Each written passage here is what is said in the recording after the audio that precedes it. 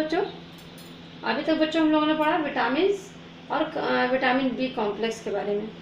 अब आज पढ़ेंगे हम खनिज लवण। आज का टॉपिक है खनिज लवण। शारीरिक स्वास्थ्य एवं सुचारू क्रियाशीलता के लिए शरीर रक्षा तथा रोग प्रतिरोधक क्षमता को बढ़ाने के लिए रासायनिक क्रियाओं को चलाने के लिए खनिज लवण आवश्यक होते हैं।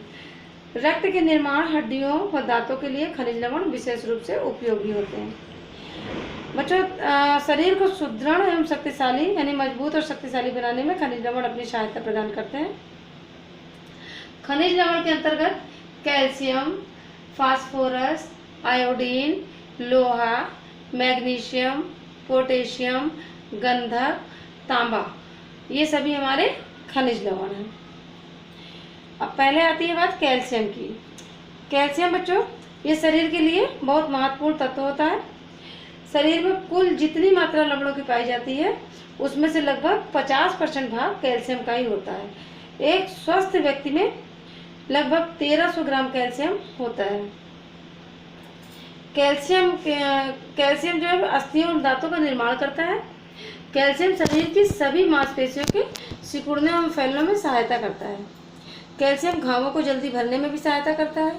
कैल्शियम शरीर की समुचित वृद्धि के लिए आवश्यक खनिज तत्व है। कैल्शियम हृदय की गति को नियंत्रित करता है तथा अस्थियों और मांसपेशियों को ठीक करने में कैल्शियम अपनी महत्वपूर्ण भूमिका निभाता है। कैल्शियम के अभाव में बच्चों अस्थियां कमजोर व भंग हो जाती हैं, यानी शरीर की हड्डियां कमजोर व भंग हो जाती हैं, टूटी फूटी हो जाती हैं, टूटती जल्दी हैं। बच्चों की अस्थियां विकृत हो जाती हैं या टेढ़ी मेढ़ी हो जाती हैं। इसी रोग को बच्चों, इसी तरह की स्थिति को रिकेट्स कहते हैं। इसमें विशेषकर हाथों पैरों की अस्थियां टेढ़ी हो जाती हैं। प्रौढ़ावस्था में कैल्शियम के अभाव में ऑस्टोमेलेसिया या ऑस्टियोपोरोसिस नामक रोग हो जाता है। इसमें अस्थियां स्वयं ही शरीर में घुलने लगती हैं और लगातार क्षीण होने लगती हैं। कैल्शियम की कमी से बच्चों में स्थायी दांत काले व टेढ़े मेढ़े से निकलने लगते हैं। उनका पूर्ण विकास नहीं हो पाता, पूरी तरह विकास नहीं हो पाता। गर्भवती स्त्रियों में यदि कैल्शियम की कमी हो जाए तो कैल्शियम के अभाव में गर्भ में पल रहा शिशु कैल्शियम माता के शरीर से अवशोषित करने लगता है, माता के शरीर से खींचने लगता है, जिससे माता के कूल्हे की अस्थि लचीली और संकीर्ण हो जाती है। कैल्शियम की प्राप्ति का स्रोत है बच्चों, सबसे अच्छा स्रोत तो दूध होता है। कैल्शियम की प्राप्ति का सबसे अच्छा स्रोत दूध होता है, क्योंकि दूध में उपस्थित कैल्शियम को सरलता से रक्त द्वारा अवशोषित कर लिया जाता है।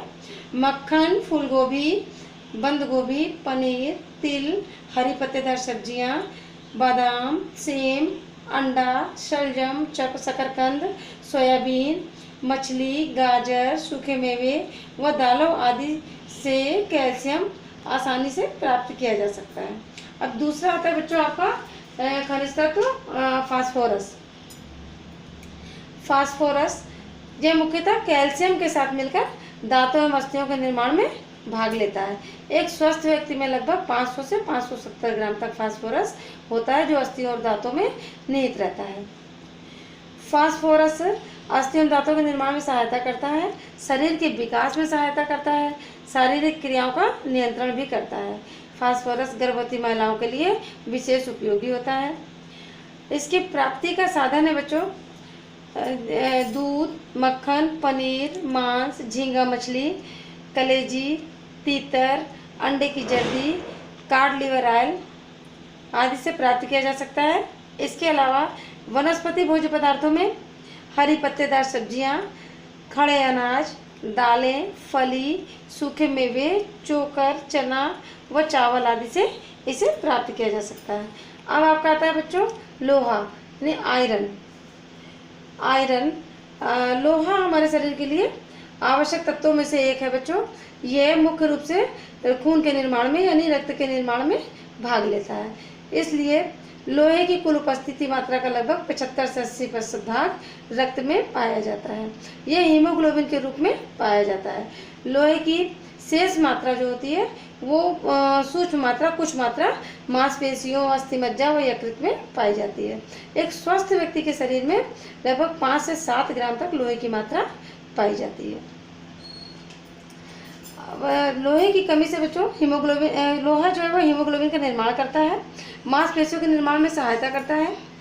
बाल्यावस्था में बच्चों की शारीरिक वृद्धि के लिए ये आवश्यक तत्व है। गर्भवती महिलाओं के लिए भी ये अत्यंत आवश्यक होता है।